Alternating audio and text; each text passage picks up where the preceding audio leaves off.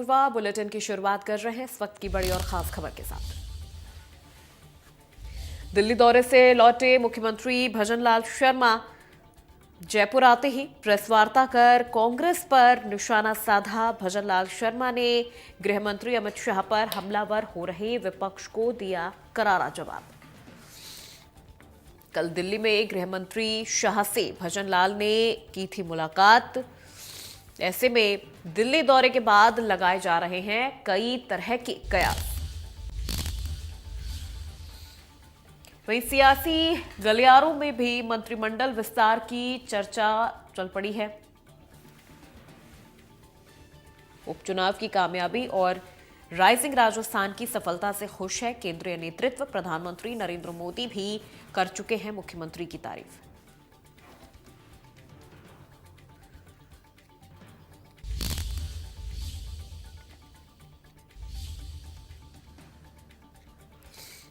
तो दिल्ली से लौटने के बाद काफी उत्साहित भी नजर आ रहे हैं सीएम भजनलाल शर्मा। उपचुनाव की कामयाबी और राइजिंग राजस्थान की सफलता से खुश है केंद्रीय नेतृत्व। वहीं आपको बता दें कि दिल्ली दौरे से लौटे मुख्यमंत्री भजनलाल शर्मा जयपुर आते ही प्रेस वार्ता कर कांग्रेस पर साधा निशाना। गृह मंत्री अमित शाह पर हमलावर हो रहे विपक्ष को करारा जवाब भी दिया है। कल दिल्ली में गृह मंत्री अमित शाह से भजनलाल ने की थी मुलाकात। ऐसे में दिल्ली दौरे के बाद लगाए जा रहे हैं कई तरह के कयास। तो वहीं सियासी गलियारों में चल पड़ी है मंत्रिमंडल विस्तार की भी चर्चा। दिल्ली से लौटने के बाद उत्साहित नजर आए भजनलाल शर्मा। इसी खबर पे ज्यादा जानकारी के साथ संवाददाता अरविंद हमारे साथ जुड़ चुके हैं। वरिष्ठ पत्रकार हैं अरविंद। अरविंद, सबसे पहले तो आपसे समझना चाहेंगे कि उपचुनाव की कामयाबी, राइजिंग राजस्थान, इन तमाम चीज़ों का जिक्र सीएम भजनलाल शर्मा ने आज अपने प्रेस ब्रीफिंग के दौरान किया। लेकिन दिल्ली दौरे के जो ये पूरे मायने हैं, क्योंकि वहां से वापस आने के बाद एक तरफ तो वो खुश भी नजर आए, तो वहीं जिस तरह से अमित शाह को लेकर जो राजनीति चल रही है उस पर वो काफ़ी ज़्यादा आक्रामक भी नजर आए हैं। जी बिल्कुल, देखिए मुख्यमंत्री भजनलाल शर्मा दिल्ली गए थे कल, और कल रात को ही उन्होंने गृह मंत्री अमित शाह से मुलाकात की।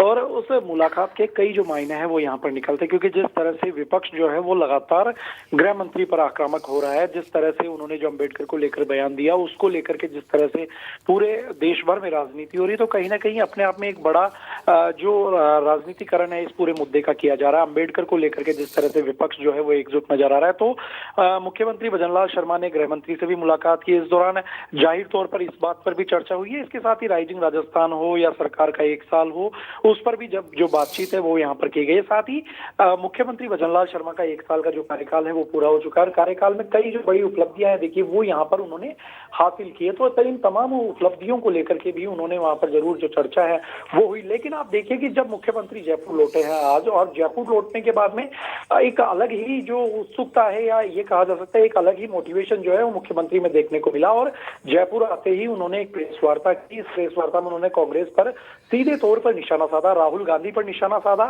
साथ ही गांधी परिवार को लेकर के उन्होंने जो बातचीत है, अपनी पूरी बात है वो वहां पर रखी। साथ ही अम्बेडकर को लेकर के कहा कि अम्बेडकर को तमाम जो सम्मान है वो यहाँ पर भारतीय जनता पार्टी की ओर से दिए जा रहे हैं। प्रधानमंत्री जब नरेंद्र मोदी बने तो अपने पहले कार्यकाल के बाद में उन्होंने अम्बेडकर भवन है वो दिल्ली में बनाया। इसके साथ ही लंदन में जहां पर अम्बेडकर रहे वो वहां पर अम्बेडकर पैलेस जो है, अम्बेडकर हाउस है वो वहां पर बनाया गया। और उन्होंने यह भी जिक्र किया कि जब मैं rising Rajasthan global investment summit को लेकर के जब लंदन गया तो उस दौरान वहां पर जाकर के मैंने श्रद्धांजलि है वो अर्पित की। तो उन्होंने ये कहा कि भारतीय जनता पार्टी जो संगठन है उससे लेकर के जहां जहां भी उनकी सरकार है, यानी भारतीय जनता पार्टी की सरकार, चाहे वो केंद्र में हो चाहे अन्य राज्यों में, वहां पर अम्बेडकर को पूरा सम्मान है वो ये दिया जा रहा है। लेकिन कांग्रेस पार्टी उससे अलग जाकर के और एक अलग ही वातावरण है वो वहां पर तैयार कर रही है, और अलग ही वातावरण तैयार करके और वो जो अंबेडकर है उनके नाम पर राजनीति है वो कर रही है, उनको सम्मान जो है वो कम किया जा रहा है और उनका अपमान है वो वहां पर किया जा रहा है। ये तमाम चीजों को लेकर के उन्होंने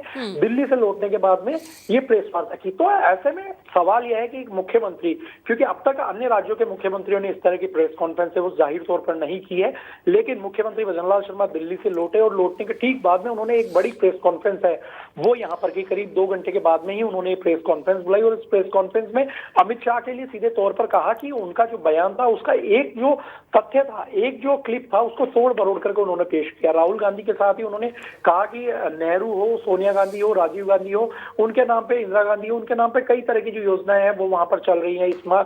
इसके साथ ही कई तरह की योजनाएं वो लगातार संचालित की जा रही है, लेकिन अम्बेडकर के नाम पर कोई जो बड़ा काम है वो यहाँ पर सरकार की ओर से या जब कांग्रेस की सरकार रही उस दौरान नहीं किए गए। उन्होंने यह भी कहा कि जब अंबेडकर 1952 का चुनाव लड़े थे, उसके बाद में जब उन्होंने 1954 का चुनाव लड़ा तो दोनों समय कांग्रेस ने उनको हराने का काम किया। कांग्रेस ने उनको टिकट नहीं दिया। जब वे पहली बार कानून मंत्री बने, जब देश आजाद हुआ, तो उसके बाद इस्तीफा लेने का जो काम है वो उन्होंने कहा कि अंबेडकर ने उस दौरान इस्तीफा नहीं दिया था, बल्कि अंबेडकर का इस्तीफा लिया गया था।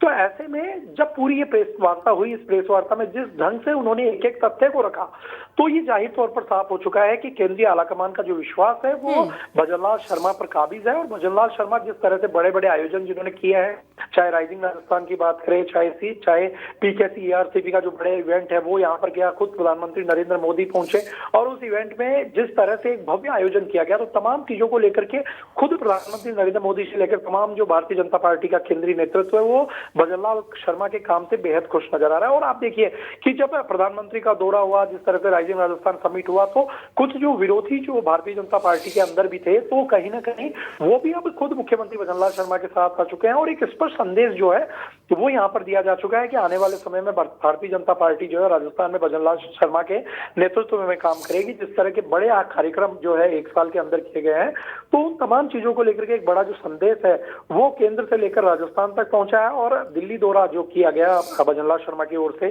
सोमवार देर रात के और मंगलवार को दोपहर करीब 2:30 बजे वे जयपुर लौटे। तो इस दौरान उन्होंने गृह मंत्री अमित शाह से मुलाकात की, पीयूष गोयल से उन्होंने मुलाकात की, इसके साथ ही उन्होंने मध्य प्रदेश के मुख्यमंत्री मोहन यादव से भी मुलाकात की। देखिए ये मुलाकात अपने आप में इसलिए बेहद महत्वपूर्ण हो जाती है क्योंकि अमित शाह से जहां पर उन्होंने संगठन पर्व को लेकर के भी बातचीत की है, क्योंकि भारतीय जनता पार्टी में संगठन पर्व चल रहा है, अगले माह जो है राष्ट्रीय अध्यक्ष का चुनाव है वो हो सकता है, उसको लेकर के भी चर्चा की जाना की जो जानकारी है वो निकल करके सामने आ रही है। साथ ही पीयूष गोयल क्योंकि उद्योग मंत्री है, तो पीयूष गोयल के साथ में राइजिंग राजस्थान समिट को लेकर के उन्होंने चर्चा की है कि किस तरह से जो निवेश है वो वहां पर राजस्थान में आए, राइजिंग राजस्थान हुआ है, अब उसके जो MOU है उन MOU का एग्जीक्यूशन किस तरह से किया जाए, उन तमाम चीजों को लेकर बातचीत है वो की गई है। साथ ही उद्योग विभाग किस तरह से उनकी सहायता है वो करे और डबल इंजन की सरकार का जो काम है वो किस तरह से दिखाई दे, इन तमाम मुद्दों को लेकर के उन्होंने अपनी जो बात है वो यहाँ पर साफ तौर पर पीयूष गोयल के साथ में बिल्कुल अरविंद, क्योंकि दिल्ली दौरे के बाद कई तरह के कयास लगाए जा रहे हैं। सीएम भजनलाल शर्मा जैसे दिल्ली से वापस आए, उन्होंने प्रेस कॉन्फ्रेंस की है। मंत्रिमंडल विस्तार को लेकर भी काफी ज्यादा चर्चाएं इस वक्त गर्म हो रही हैं। इसको लेकर क्या समझा जाए, किस तरह से मंत्रिमंडल विस्तार की इन चर्चाओं को देखा जाए? जी बिल्कुल, देखिए जब 1 साल का कार्यकाल पूरा हुआ उसके बाद से लगातार ये जो चर्चाएं हैं वो काफी तेज हो गई और अब जब दिल्ली का दौरा किया है, अमित शाह से मुलाकात हुई है, उसके बाद में कहीं ना कहीं राजनीतिक गलियारों में ये चर्चा काफी जोरों पर है। लेकिन जिस तरह से देखिए जो अभी तक के जो अनुमान जो नजर आ रहे हैं, तो मैं खुद ये मानता हूँ कि आने वाले कुछ समय तक जो मंत्रिमंडल का विस्तार है वो फिलहाल इतना जल्दी होना संभव नहीं है। उसका एक बड़ा कारण है कि भारतीय जनता पार्टी में संगठन पर्व चल रहा है, संगठन पर्व के साथ ही राष्ट्रीय अध्यक्ष का चुनाव होना है। इसके साथ ही JP नड्डा जो है वो दिसंबर को जयपुर आ सकते हैं, उनका जयपुर आना जो प्रस्तावित है यहाँ पर। इस दौरान वे संगठन के साथ ही मंत्रिमंडल की जो नब्ज है देंगे। साथ ही संगठन यदि मंत्रिमंडल का विस्तार किया जाता है तो किस तरह से क्या नया रूप जो है वो यहाँ पर हो, कितने नए विधायक हैं उनको मंत्री बनाया जाए और जो पुराने विधायक हैं उनमें से कितने विधायकों का कितने, ये कहा जा सकता है कितने मंत्री जो है उनका नाम इसमें से काटा जाए। इन तमाम चीजों को लेकर के एक नब्ज टटोलने का काम है वो JP नड्डा कर सकते हैं और उसके बाद में जनवरी माह में ये सोचा जा सकता है, जनवरी या फरवरी में कि इसी तरह का मंत्रिमंडल जो विस्तार है वो यहाँ पर। फिलहाल दिसंबर के महीने में ये पूरा काम होना बड़ा मुश्किल जो है वो यहाँ पर नजर आया। देखिए, यदि राजस्थान में मंत्रिमंडल की हम बात करते हैं तो मुख्यमंत्री भजनलाल शर्मा समेत 24 जो मंत्री हैं वो इस वक्त मंत्रिमंडल में काबिज है। इसमें राज्य मंत्री हैं और इसमें कैबिनेट मंत्री है। यानी यदि हम राजस्थान विधानसभा के लिहाज से बात करें तो 15% जो है मंत्री है वो बनाए जा सकते हैं। यानी 200 सदस्य विधानसभा है तो 30 जो मंत्री है वो बनाए जा सकते हैं। ऐसे में आने वाले दिनों में 6 और जो मंत्री है, जो विधायक है, उनको मंत्रिमंडल में स्थान है वो वहां पर दिया जा सकता है। इसके अलावा कुछ जो मंत्री है उनका कामकाज देखा जा सकता है, उस कामकाज के आधार पर उनको मंत्री पद से हटाया भी जा सकता है। तो ऐसे में माना जा सकता है कि जब भी मंत्रिमंडल विस्तार होगा तो अब जो 30 का कोटा है वो कोटा जो है आने वाले समय के लिए फुलफिल कर लिया जाएगा, क्योंकि कई जो ऐसे मंत्री हैं जिनके पास कई जो बड़े विभाग है उनके साथ ही अन्य विभागों की जिम्मेदारी भी है। ऐसे में एक गुड गवर्नेंस जो है वो तभी मिल पाती है जब जो कामकाज है वो मंत्री पूरी तरह से देखे, और मंत्री के पास जब ज्यादा विभाग होते हैं तो मंत्री पूरी तरह से कामकाज जो है वो नहीं देख पाता है। ऐसे में अब उम्मीद है कि जब भी मंत्रिमंडल का विस्तार होगा तो कई जो बड़े फेरबदल है वो यहाँ पर होंगे। कुछ जो विधायक है मंत्री बनने की लॉबिंग है वो शुरू कर सकते। देखिए आप कि पिछले कुछ दिनों में कई जो विधायक है वो लगातार दिल्ली का दौरा कर रहे हैं। दिल्ली में जाकर के वे कई बड़े केंद्रीय मंत्रियों से मिल रहे हैं, संगठन के आला कमान से भी मुलाकात कर रहे हैं और लगातार ये कोशिश कर रही है कि जब भी मंत्रिमंडल का विस्तार हो तो उन विधायकों को मंत्री बनने का जो मौका है वो मिले। हाल ही में कुछ जो दलित विधायक हैं, जो SC/ST कम्युनिटी के जो विधायक आते हैं, वो भी दिल्ली पहुंचे थे और उन्होंने भी वहां पर केंद्रीय मंत्री से मुलाकात की। केंद्रीय मंत्रियों से मुलाकात के साथ ही उन्होंने अपनी बात जो है वो उनके सामने रखी। तो ऐसे में यह तो तय हो चुका है कि मंत्रिमंडल का विस्तार होगा, लेकिन मंत्रिमंडल का विस्तार जनवरी में होता है या फरवरी में होता है, ये एक देखने वाली जो बात है वो होगी। लेकिन ये भी तय हो चुका है कि जिस तरह से भरोसा जो है भजनलाल शर्मा पर जताया गया है, केंद्रीय नेतृत्व ने जिस तरह से अपना जो फेथ है ये कहा जा सकता है कि पूरी तरह से भजनलाल शर्मा को दे दिया है, तो ये तय हो चुका है कि आने वाले मंत्रिमंडल विस्तार की जो सूरत है वो कहीं ना कहीं भजनलाल शर्मा के इर्द गिर्द रहने वाली है। यानी भजनलाल शर्मा के आसपास के और जो नजदीकी जो विधायक है उनको मंत्री बनने का जो मौका है वो यहाँ पर जाहिर तौर पर मिलेगा, क्योंकि जिस तरह से केंद्रीय आलाकमान जो है लगातार उनके जितने भी टास्क थे वो वहां पर पूरे किए गए। संगठन को लेकर के चाहे यदि बात करें तो जिस तरह से सदस्यता अभियान है वो राजस्थान में चलाया गया। इसके साथ ही राजस्थान में जितनी भी योजनाएं हैं, जो केंद्र की योजनाएं थी, उनका ढंग से जो क्रियान्वयन है उसको यहाँ पर किया गया। बड़ी यदि योजना की हम बात करते हैं तो उसमें चाहे ERCP का ले लीजिए, चाहे हम यमुना जल समझौता ले लें, उन तमाम चीजों को लेकर के महत्वपूर्ण जो मुद्दे थे उन तमाम मुद्दों को रखने की जो कोशिश है वो यहाँ पर भजनलाल शर्मा ने ग्राउंड पर की है। और ग्राउंड के एक एक क्षेत्र में जाकर के उन्होंने जो बातचीत है, एक एक क्षेत्र में जाकर के उनकी जो उन्होंने जिस तरह से काम किया है, तो अब ये तय हो चुका है कि जो भी मंत्रिमंडल का विस्तार होगा वो भजनलाल शर्मा के इर्द गिर्द होगा। यानी भजनलाल शर्मा के आसपास के नजदीकी जो विधायक होंगे और जिनमें काबिलियत होगी उन तमाम विधायकों को यहाँ पर मंत्री बनने का जो मौका है वो मिल सकेगा। जी बिल्कुल अरविंद जी, एक चीज और यहाँ पर मैं आपसे समझना चाहूंगी। देखिए, जिस तरह से विपक्ष लगातार अमित शाह पे हमलावर हो रहा है, विपक्ष को एक तरह से कहा जाए तो इस प्रेस ब्रीफिंग से CM भजनलाल शर्मा ने एक करारा जवाब दिया है। उन्होंने कहा है कि कांग्रेस सिर्फ ढोंग कर रही है, जबकि कांग्रेस ने बाबा साहब का मजाक बनाया, उनसे इस्तीफा लिया। जी बिल्कुल, स्पष्ट तौर पर उन्होंने ये कहा कि जब बाबा साहब कानून मंत्री थे तो उस दौरान वो एक समय था जब कांग्रेस पार्टी को उनका सपोर्ट करना चाहिए था, लेकिन कांग्रेस पार्टी ने उनका सपोर्ट नहीं किया, बल्कि उनको इतना परेशान किया कि उनको जो अपना इस्तीफा है वो देना पड़ा। उन्होंमें ये भी कहा कि ये इस्तीफा जो है वो कांग्रेस पार्टी की तरफ से लिया गया था। और उस इस्तीफे का एक हकीकत दूसरा पहलू ये भी था कि 1952 में जब चुनाव हुआ और उसके बाद में जब 1954 का उपचुनाव हुआ तो इन दोनों में ही कांग्रेस पार्टी ने उनका विरोध किया। 1954 में जब बाबा साहब चुनाव लड़े तो उस दौरान उन्होंने उनका जो विरोध है वो खुद कांग्रेस पार्टी ने किया। तो उन्होंने कहा कि इस तरह का विरोध करने की जो राजनीति है वो हमेशा बाबा साहब के खिलाफ उन्होंने की। तो ये कहा गया कि वो इस्तीफा पत्र जो है वो यहाँ पर दिखाया जाए कि बाबा साहब ने किन परिस्थितियों में अपना इस्तीफा है वो दिया। साथ ही उन्होंने कहा कि कांग्रेस जो है अम्बेडकर को लेकर के हमेशा बात करती है, अम्बेडकर को लेकर के हमेशा कुछ ना कुछ नई बातें जो लेकर के आती है, लेकिन उन्होंने ये भी कहा कि जब जवाहरलाल नेहरू प्रधानमंत्री थे तो उस समय जब बाबा साहब ने इस्तीफा दिया तो कैबिनेट में एक खुशी जो है वो यहाँ पर जाहिर की गई और उस खुशी का जो पत्र है वो नेहरू ने लिखा था। यानी कैबिनेट को ऐसी क्या जरूरत पड़ी कि एक कानून मंत्री का इस्तीफा होने के बाद में उनको खुशी जो है, प्रसन्नता जो है वो कैबिनेट बैठक करके उसमें जाहिर करनी पड़ी। तो उस संबंध में जो पत्र है वो भी सामने लाया जाए। साथ ही उन्होंने कहा कि बाबा साहेब जो थे, जिन्होंने इतना बड़ा काम किया, एक अंतिम व्यक्ति जो है, अंतिम छोर पर बैठा हुआ व्यक्ति है, उस व्यक्ति को अग्रिम पंक्ति में लाने का उन्होंने काम किया, सामाजिक समरसता फैलाने का उन्होंने काम किया। तो ऐसे बाबा साहेब को 70 साल तक जब कांग्रेस काबिज थी तो उस दौरान भारत रत्न क्यों नहीं दिया गया।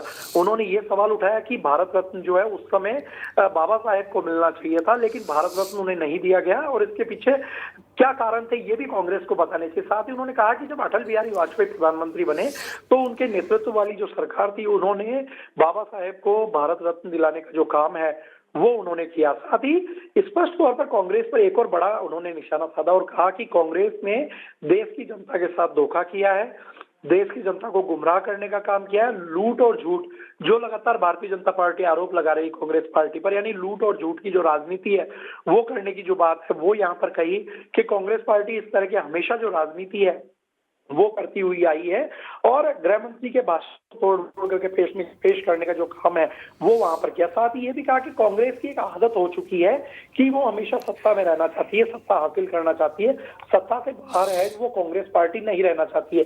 तो ये उनका कहना था कि सत्ता का दुरुपयोग जो कांग्रेस पार्टी ने किया उसका एक जवाब है जनता ने दे दिया, और अब इसी तरह का यदि विपक्ष में रह करके और दुरुपयोग करेंगे तो उसका एक और बड़ा जवाब जो है वो भारतीय जनता पार्टी के माध्यम से जनता जो है वो एक बार फिर से कांग्रेस पार्टी को यहाँ पर देगी। यानी उन्होंने कहा कि कांग्रेस पार्टी जो है उनको बाबा साहब अम्बेडकर के नाम पर राजनीति नहीं करनी चाहिए। साथ ही ये भी भजनलाल शर्मा ने कहा कि बाबा साहेब जैसे महापुरुष को इस राजनीति में ना घसीट कर कांग्रेस पार्टी को जो वास्तविक विपक्ष का कार्य है वो वहां पर करना चाहिए। जी बिल्कुल अरविंद जी, वैसे देखा जाए तो सीएम ने ये भी कहा अपने प्रेस ब्रीफिंग के दौरान कि नेहरू से लेकर संजय गांधी तक सभी के कितने स्मारक हैं जिसने देश को संविधान दिया, कांग्रेस ने उन्हें क्या दिया। जी हाँ, बिल्कुल। भजनलाल शर्मा ने यह भी कहा कि जवाहरलाल नेहरू जो देश के प्रधानमंत्री रहे, इंदिरा गांधी, उसके बाद में बात करें हम राजीव गांधी की, संजय गांधी की, तो तमाम गांधी परिवार के जो नेता हैं, जब उनका निधन हो गया तो बाद में कई तरह के जो स्मारक है वो बनाए गए, उनके नाम की योजनाएं हैं वो लॉन्च की गई। क्योंकि बड़े समय तक जो कांग्रेस पार्टी है वो सत्ता में काबिज रही उस दौरान आजादी के बाद में, तो ऐसे में ये एक जिम्मेदारी थी कि अंबेडकर के नाम पर भी बड़ी योजनाएं लेके आए, क्योंकि अंबेडकर वो व्यक्ति थे जिन्होंने देश को संविधान दिया, हर एक व्यक्ति को अधिकार दिए, हर एक व्यक्ति को उनके मूल कर्तव्य बताए, और बताया कि एक व्यक्ति को इस देश में रहना है तो किस तरह से रहना है, एक व्यक्ति को देश में रहकर के सामाजिक समरसता किस तरह से लानी है, संविधान में किन कर्तव्यों का, किन अधिकारों का पालन करना है, साथ ही प्रत्येक व्यक्ति जो है वो संविधान के भीतर होगा। ये तमाम जो चीजें हैं वो यहाँ पर बाबा साहेब ने आम जनता के बीच में और आम जनता को एक संविधान जैसे ग्रंथ के माध्यम से ये दे दी, उनके अधिकार दे दिए, चाहे गरीब हो चाहे अमीर हो, हर एक व्यक्ति के अपने अधिकार है, हर एक व्यक्ति के अपने कर्तव्य है। तो ऐसे में उन्होंने कहा कि इतने महान व्यक्ति के लिए किसी तरह की कोई योजनाएं जो है वो कांग्रेस पार्टी नहीं लेकर के आई, उनके नाम से कोई बड़े ऐसे स्मारक हैं वो भीमराव अंबेडकर के नाम से उन्होंने नहीं बनाए। तो साथ ही उन्होंने ये भी कहा कि जब 2014 में जब प्रधानमंत्री नरेंद्र मोदी पहली बार पीएम पद पर काबिज हुए तो उन्होंने सबसे पहले ये काम किया कि जो भीमराव अंबेडकर है, जिन्होंने इस देश को इतना सशक्त संविधान दिया कि उस संविधान में किसी तरह की जो हस्तक्षेप है या किसी तरह की ऐसा कोई किंतु परंतु नहीं आता है, जिसके कारण आप देखिए कि कई देशों के जो हालात है वो इस तरह के हालात है कि वहां पर संविधान को ताक पर रख दिया जाता है। लेकिन हमारे देश का संविधान इस तरह का है कि संविधान की चर्चाएं जो है पूरे विश्व में होती है। तो उन्होंने ये कहा कि भीमराव अंबेडकर के नाम से किसी तरह की कोई बड़ी योजनाएं नहीं है, कोई बड़े स्मारक नहीं है। तो ऐसे में अब ये जरूरी हो गया है कि भीमराव अंबेडकर के नाम पर इस तरह की कांग्रेस पार्टी राजनीति ना करे, और कांग्रेस पार्टी को भीमराव अंबेडकर के जो किए कार्य हैं उनको याद करना चाहिए। तो ये तमाम चीजें थी। साथ ही उन्होंने कहा कि जब पहली बार नरेंद्र मोदी प्रधानमंत्री बने तो उन्होंने जिस तरीके से भीमराव अंबेडकर का स्मारक है नई दिल्ली में बनाया, अंबेडकर का जो लंदन में जहां पर वे रहे वहां पर अंबेडकर हाउस बनाया, तो ये वो तमाम प्रयास है जिनके माध्यम से अंबेडकर की जो स्मृति है वो चिरस्थायी है, वो रह सकती है। तो इन तमाम चीजों को लेकर के जो अपनी बात है वो उन्होंने वहां पर रखी। जी देखिए, राइजिंग राजस्थान एक बहुत बड़ी जीत माना जा रहा है इस वक्त सीएम भजनलाल शर्मा की सरकार को, कि 1 साल हुआ है सरकार को बने हुए राजस्थान में, और राइजिंग राजस्थान एक बहुत बड़ी विक्ट्री के तौर पर देखा जा रहा है। जी हाँ, बिल्कुल देखिए, राइजिंग राजस्थान अपने आप में बड़ा एक समिट इसलिए कहा जा सकता है क्योंकि देखिए, जब भी कोई नए मुख्यमंत्री बनते हैं तो उसके बाद उनको वो समझना होता है कि सरकार की कार्यप्रणाली किस तरह की होती है। क्योंकि भजनलाल शर्मा पहली बार विधायक बने और उसके बाद उनको मुख्यमंत्री बना दिया गया, ऐसे में उनके उनके पास जो टास्क दिया गया था वो कहीं ना कहीं एक कांटों भरा टास्क था, इसको कहा जा सकता है। एक बड़ी जो टास्क है वो वहां पर दिया गया था। केंद्रीय नेतृत्व ने जो भरोसा जताया था, उस भरोसे पर उनको काबिज उतरना था। साथ ही जनता के वेलफेयर के लिए काम करने थे, संगठन को मजबूत करना था। तो ये तमाम ऐसी चीजें थी, सबको साथ लेकर उन्होंने चलना था और उन सभी टास्क पर वे खड़े होते हैं। और राइजिंग राजस्थान की जहां तक बात की जाती है तो देखिए, जो सरकारें अब तक जिन्होंने इस तरह के इन्वेस्टमेंट सबमिट किया, चाहे वाइब्रेंट, चाहे राइजिंग राजस्थान की बात करें, चाहे रिसर्जेंट राजस्थान की हम बात करते हैं, तो या कांग्रेस के समय जिस तरह के इन्वेस्टमेंट समिट हुए, तो इनमें एक लंबा जो समय है वो यहाँ पर लगता है। और जिस तरह से देखिए, मुख्यमंत्री भजनलाल शर्मा ने भी कहा कि जब वे मुख्यमंत्री बने तो उन्होंने इस तरह के एक निवेश को लेकर के एक समिट करने की बात है वो अधिकारियों से की। तो अधिकारियों ने बताया कि जब भी इस तरह का समिट किया जाता है तो उसके लिए कम से कम 2 साल की जो तैयारियां है वो होती है।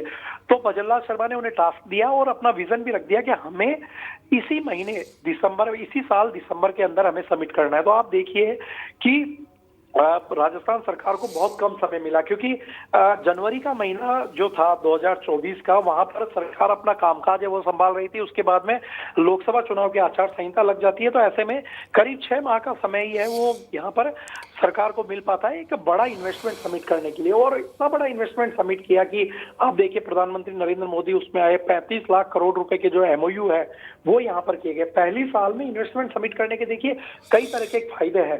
पहला फायदा यह है कि जो भी इन्वेस्टमेंट किए गए हैं, एमओयूज किए गए हैं, वो एमओयू धरातल पर उतारने की जिम्मेदारी अधिकारियों की तय हो चुकी है कि यदि आपने एमओयू किए हैं तो एमओयू के साथ में अब उनको धरातल पर उतारने का काम है वो अधिकारियों को एक बड़ा टास्क है वो यहाँ पर दे दिया गया।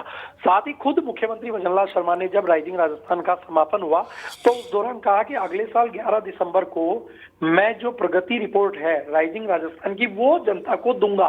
यानी एक लाइबिलिटी खुद की भी उन्होंने तय की, और जब खुद की लाइबिलिटी तय कर दी है तो पूरे विभागों की जो जिम्मेदारी है वो अपने आप में तय हो गई है कि जो 35 लाख करोड़ के एमओयू किए गए थे, उन 35 लाख करोड़ के एमओयू को धरातल पर उतारा जाए।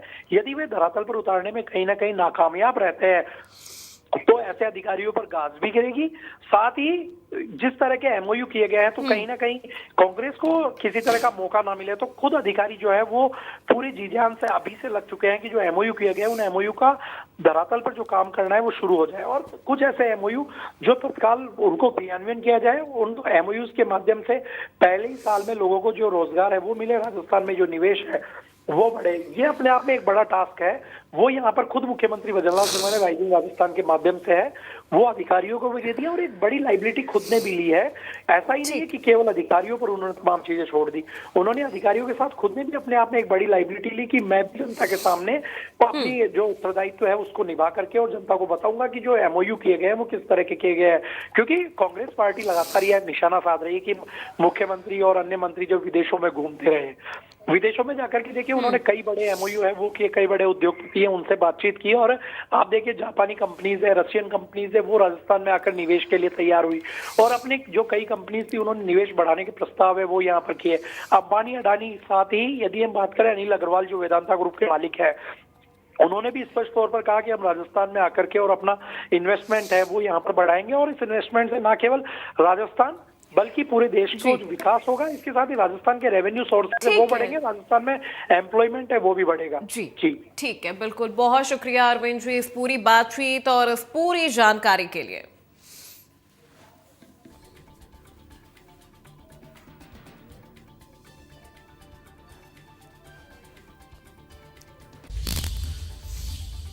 तो फिलहाल बुलेटिन में मेरे साथ बस इतना ही। प्रदेश की तमाम खबरों के लिए आप देखते रहिए इंडिया न्यूज राजस्थान।